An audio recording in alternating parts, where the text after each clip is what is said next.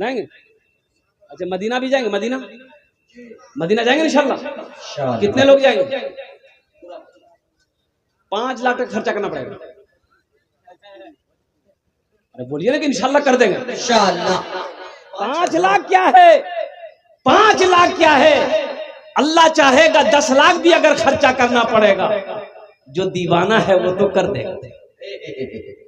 ये पैसा क्या चीज है, दौलत क्या चीज है?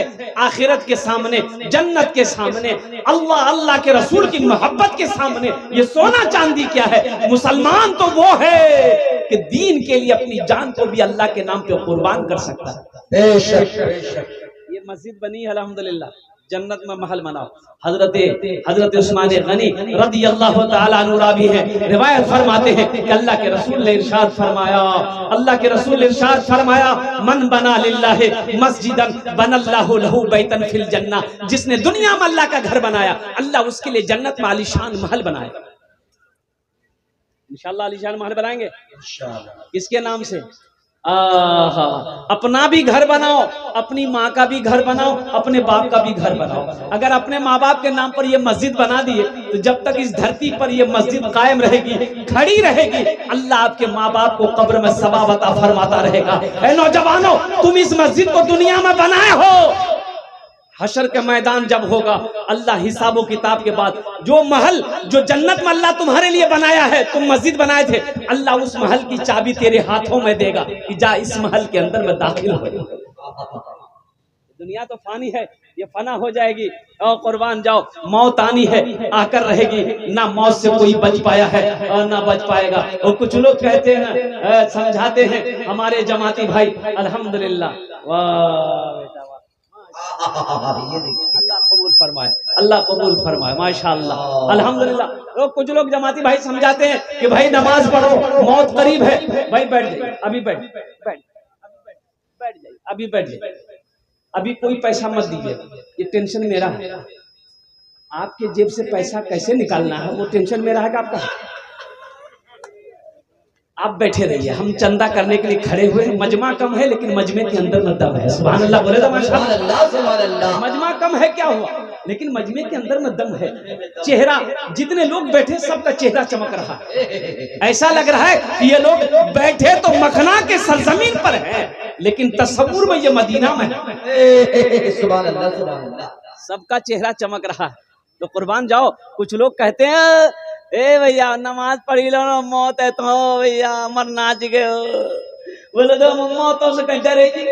जब देख लो, एक मजदूर गठरी लेके जा रहा था सर पर, दिन डूब गया, अंधेरा हो गया, ठोकर लगी, गांव के करीब जाने वाला तो ठोकर लगी, गिर गया, गठरी गिर गई, गिरा तो चोट लगी तो कहा कि अल्लाह इतना गरीब बनाया, या अल्लाह इतना गरीब बनाया कि मैं कमाऊं ना तो खाना ना मिले, या अल्लाह मौत को भेज दे, मौत को भेज दे। एक मन चला था बस्तिया का, सुन लिया ये मौत की दुआ मांग रहा है, वो काली चादर ओढ़कर उसके पास चला गया। बोला कि जो भैया, बोला हम तुम्हारी मौत है। बोला मौत है, यहाँ क्या करने के लिए है? बोला अभी तुम दुआ किए थे ना कि अल्लाह मौत को भेज दे। बोला नहीं, वो तो मेरी जबान से निकल गया। ये गठरी गिर गई, उठा के दी, हम जल्दी घर जाएंगे।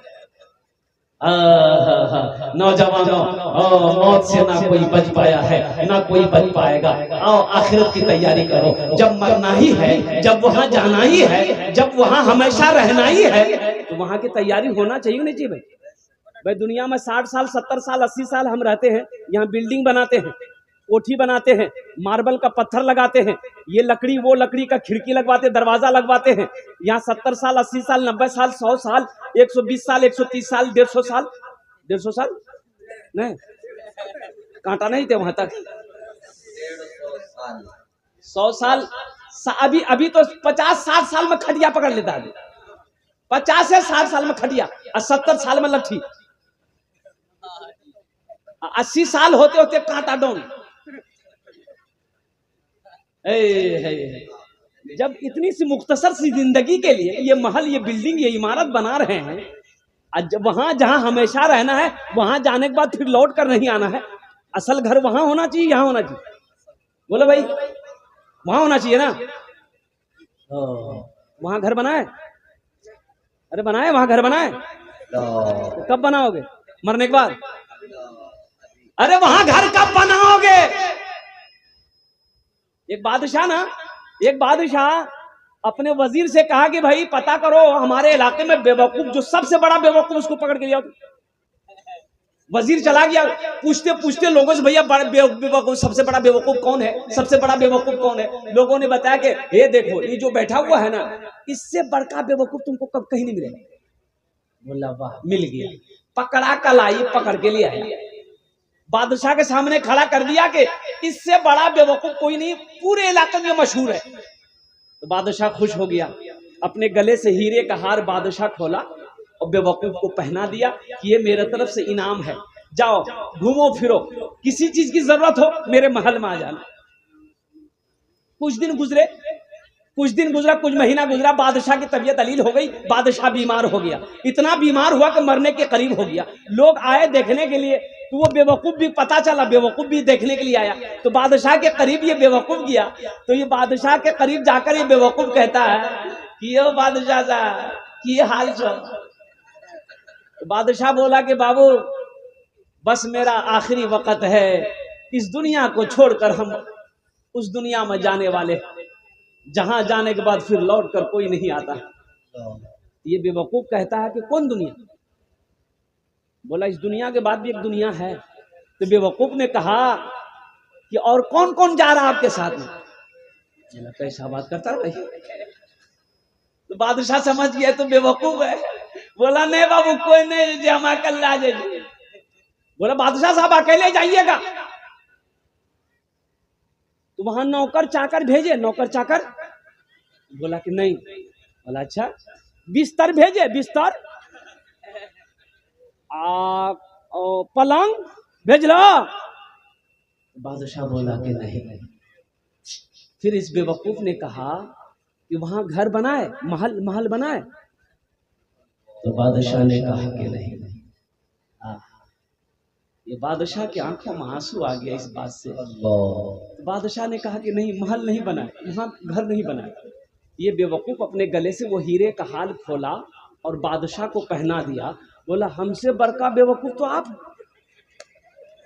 अरे जाना है वहां, जहां जाने के बाद लौट कर नहीं आना है, और अकेले जाना है, ना बिस्तर है, ना खटमा पलंग है, ना सर सिपाही है, और ना घर है। तो बेवकूफ आप हुए कि हम हुए? बादशाह ज़ारो कतार रोने लगा कि हकीकत में कौन कहता है कि तुम बेवकूफ हो? कौन कहता है कि तुम बेवकूफ हो? तुमने मेरी आंखों को खोल दी। वो बादशाह सल्तनत को छोड़ा, अल्लाह की याद में निकल। अल्लाह, इस बेवकूफ ने मेरी आंखें खोल दी। इसलिए नौजवानों, दुनिया में रह के आखिरत बनाओ, दुनिया में रह के जन्नत में जाने की जगह बनाओ, दुनिया में रह के हशर के मैदान की तैयारी करो, दुनिया में रह के कब्र की तैयारी करो, दुनिया में रहकर अजाब से बचने के तरीके करो। तो इंशाअल्लाह आप लोगों ने हाथ उठाया है, महल बनाएंगे इंशाअल्लाह। कितने लोग महल बनाओगे इंशाअल्लाह? हम 10 दुआ करेंगे, हम आपके लिए 10 दुआ करेंगे।